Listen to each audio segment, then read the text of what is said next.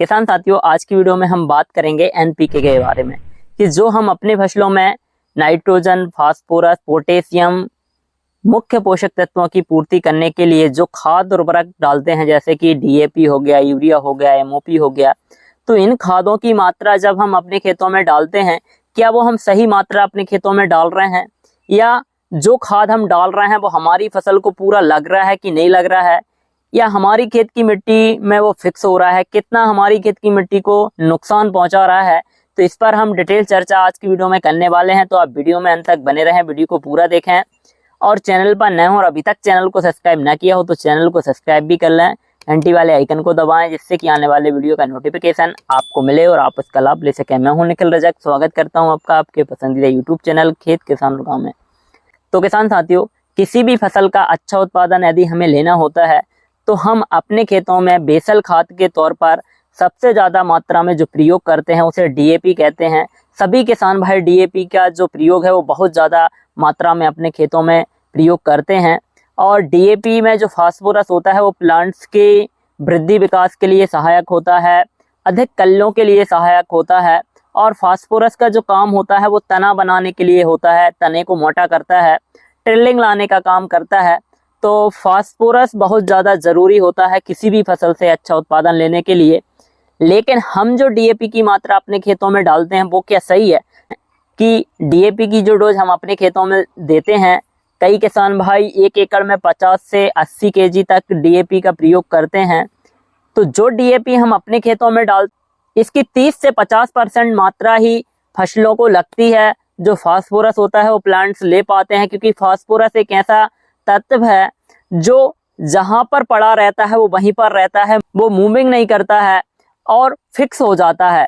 और मिट्टी में जब वो एक बार फिक्स होता है तो मिट्टी को कड़ा करता है, मिट्टी के कॉम्पैक्ट को बढ़ाता है। और हम देख रहे हैं लगातार जब से डीएपी का प्रयोग ज्यादा मात्रा में हमारे खेतों में हो रहा है, तब से हमारे खेत की मिट्टी जो है वो हार्ड होती जा रही है और हमें हल की बजाय 50, 60 और 80 HP के ट्रैक्टरों का प्रयोग अपने खेतों में जुताई के लिए करना पड़ रहा है।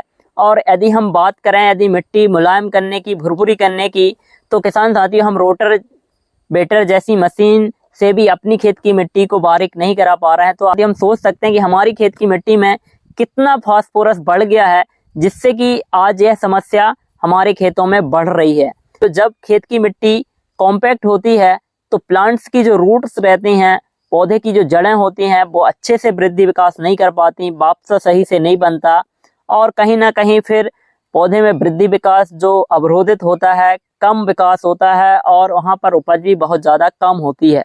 देख रहे हैं कि लगातार हमारी फसलों में यह सारी समस्याएं बढ़ती जा रही हैं। तो कहीं ना कहीं अब हमें प्राकृतिक खेती की ओर बढ़ना पड़ेगा, हमें प्राकृतिक खेती की ओर जाना पड़ेगा।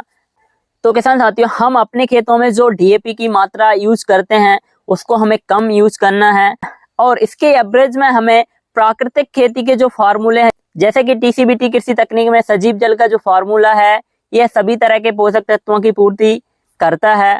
सड़रस मिट्टी के कॉम्पैक्ट को तोड़ने का काम करता है। जैव रसायन जो है वो मिट्टी को मुलायम बनाने का काम करता है। तो इन फार्मूलों को हमें अपने खेतों में चलाना है। और जो फास्फोरस हमारी खेत की मिट्टी में फिक्स है, जैसे कि हम अपनी खेत की मिट्टी की लैब टेस्टिंग कराते हैं, तो सबसे ज्यादा मात्रा में जो पोषक तत्व आता है वो फास्फोरस की अधिकता आती है। में फिक्स पड़ा हुआ फास्फोरस है, इसको हम कैसे सर्कुलाइजेशन करके प्लांट्स तक पहुंचाने का काम करा सकते हैं। तो उसके लिए हमें पीएसबी एक जो मित्र बैक्टीरिया है जो फास्फोरस को सर्कुलाइजेशन करके प्लांट्स तक पहुंचाने का काम करता है, तो हम इस बैक्टीरिया को अपने खेत में ज्यादा से ज्यादा मात्रा में प्रयोग करें। यह सजीव जल में भी होता है, जीवाणु जल में भी होता है।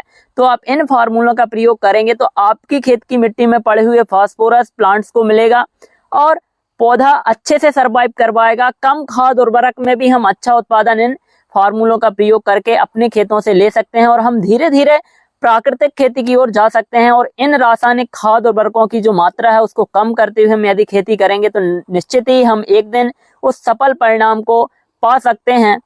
दूसरी बात करते हैं हम नाइट्रोजन की। तो ऐसे ही नाइट्रोजन की बात होती है कि नाइट्रोजन जो हम देते हैं यूरिया के माध्यम से अपने खेतों में, तो किसान साथियों यूरिया हम जानते हैं कि कितना हानिकारक होता है। यह खेत की मिट्टी को कई तरीके से खराब करता है। खेत की मिट्टी में जो मित्र बैक्टीरिया होते हैं, जैसे कि केंचुआ है, यह आप हमारे खेतों में आना बंद हो गया है और हमने यूरिया डाल डाल के इस केचुए को मार डाला है। तो हमें इस यूरिया के विकल्प के लिए अपने खेत में नाइट्रोजन फिक्सेस करने वाले बैक्टीरिया को बढ़ाना पड़ेगा, जिसमें कि राइजोबियम है, एजोडाबैक्टर है, एजोसोलोप्रियम है। बहुत से ऐसे बैक्टीरिया हैं जो मिट्टी में नाइट्रोजन को फिक्स करके रखते हैं और प्लांट्स को देने का काम करते हैं। साथियों, हमें ऐसे मित्र बैक्टीरिया, फंगस, वायरस को बढ़ाना होगा जिससे हमारी खेत की मिट्टी में पड़े हुए इन पोषक तत्वों को प्लांट्स तक पहुंचाने का काम करें और हम जो खाद उर्वरक दे रहे हैं उसकी मात्रा हम कम कर पाएं। तीसरी बात आती है पोटास की। तो किसान साथियों, ऐसे ही पोटास का सिस्टम होता है, लेकिन हम देख रहे हैं कि जब से पोटास के जो रेट बढ़े हैं तब से बहुत से किसान भाई पोटास का प्रयोग अपने खेतों में नहीं करते हैं। और पोटास एक ऐसा पोषक तत्व है जो सभी तरह की फसलों के लिए बहुत ज्यादा जरूरी है और अधिक उत्पादन के लिए तो बहुत ज्यादा जरूरी है। यदि हमारी खेत की मिट्टी में पोटास की मात्रा भरपूर रहेगी और फसलों को पोटेशियम की पूर्ति होती रहेगी तो किसान साथियों, हमारी फसलों में रोग प्रतिरोधक की क्षमता बढ़ जाती है और कोई भी इंसेक्ट या रोग या बीमारी जो है वो हमारी फसलों को इफेक्ट नहीं कर पाती। यह फसलों में फूल फल बनने की जो संख्या होती है उसको बढ़ाता है, फल सेट करने में काफी ज्यादा मदद करता है। दाने भरने का जो समय रहता है उस समय पोटास की मात्रा बहुत ज्यादा फसलों को चाहिए होती है, पौधे को चाहिए होती है। तो जब हमारी खेत की मिट्टी में यह पोषक तत्व होता है तब प्लांट से उसको ले पाता है और वह दाने तक पहुंच पाता है और फसल का जो उत्पादन है वो ज्यादा आता है और दाने की क्वालिटी अच्छी आती है। तो हमें अपने खेत में जो पोटास की मात्रा है, जो मिट्टी में पोटेशियम है, उसको सर्कुलेशन करने वाला बैक्टीरिया बढ़ाना पड़ेगा, जिसे केएमबी कहा जाता है। और यह पोटेशियम सर्कुलाइजेशन बैक्टीरिया है, इसका प्रयोग हम अपने खेत में करें। यह एनपीके कंसोर्टिया में होता है, जीवाणु जल में होता है और सजीव जल में होता है। तो यह फार्मूले हम अपने खेतों में अवश्य चलाएं।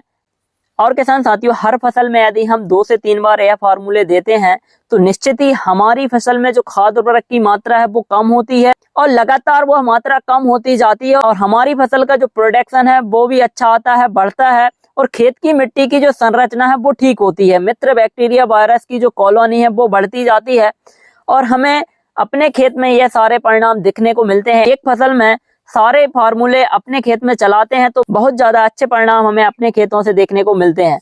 तो किसान साथियों, एनपीके का जो फंडा है वो ऐसे ही है। जब हम डीएपी का प्रयोग करते हैं या फिर नाइट्रोजन का प्रयोग करते हैं या एमओपी का प्रयोग करते हैं, इनकी जो मात्रा है वो हम ज्यादा मात्रा में अपने खेतों में डालते हैं कि हम यूरिया ज्यादा डाल दें तो पौधा अच्छे से विकास कर लेगा, जल्दी बढ़ जाएगा, जल्दी ग्रोथ कर लेगा। तो ऐसा होता नहीं है। प्लांट्स को जितना नाइट्रोजन चाहिए होता है वो उतना ही लेता है। बाकी का जो नाइट्रोजन हम अतिरिक्त मात्रा में देते हैं वो या तो हवा में उड़ जाता है या फिर लीचिंग होकर जमीन में नीचे चला जाता है, जो जमीन को खराब करता है और वातावरण को खराब करता है। दूसरी चीज, यदि हम फास्फोरस की बात करें तो ऐसे ही फास्फोरस का सिस्टम होता है। प्लांट्स को जितना फास्फोरस चाहिए रहता है वो उतना ले लेता है, बाकी का जो फास्फोरस रहता है वो लीचिंग हो जाता है, मिट्टी में फिक्स हो जाता है और यह हमारी खेत की मिट्टी को कॉम्पैक्ट करता है। पोटेशियम भी इसी तरीके से काम करता है। और किसान साथियों, यदि हम इन खाद उर्वरकों की जो मात्रा है वह सही और सीमित मात्रा में डालें और धीरे धीरे हम इस मात्रा को कम करते जाएं। और किसान साथियों, रासायनिक खेती को छोड़ते हुए हम प्राकृतिक खेती की ओर बढ़ें और प्राकृतिक खेती में जो फार्मूले हैं, जो चीजें हैं उनको चलाएं, जैसे कि सजीव जल हो गया, जीवाणु जल है या फिर सल्फरस है, जो हम अपने घर पर आसानी से बना सकते हैं।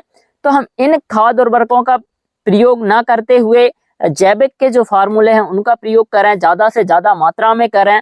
और आप देखेंगे यदि आप इन फार्मूले का प्रयोग करेंगे तो निश्चित ही आपकी खेत की मिट्टी की जो संरचना है वो ठीक होगी, फसलों में एक अलग तरह की एनर्जी दिखेगी और उत्पादन भी बढ़ेगा। तो वीडियो में दी गई जानकारी यदि आपको अच्छी लगी हो और वीडियो पसंद आया हो तो भैया वीडियो को लाइक करें। खेती से जुड़ी हुई सभी तरह की जानकारी आपको मिलती रहती है। यदि किसी फसल से संबंधित, किसी रोग या बीमारी से संबंधित या किसी कीट नियंत्रण के बारे में आपको कोई भी किसी भी तरह का वीडियो चाहिए हो तो कमेंट बॉक्स में हमें जरूर बताएं ताकि हम वह जानकारी आप तक पहुंचा पाएं। तो आज की वीडियो में बस इतना ही, मिलते हैं नई वीडियो में। जब तक के लिए वीडियो को लाइक करें, अन्य किसान भाइयों तक शेयर करें और चैनल पर नए हो और अभी तक चैनल को सब्सक्राइब ना किया हो तो चैनल को सब्सक्राइब जरूर करें, घंटी वाले आइकन को जरूर दबाएं जिससे कि आने वाले वीडियो का नोटिफिकेशन आपको मिले और आप उसका लाभ ले सकें। धन्यवाद।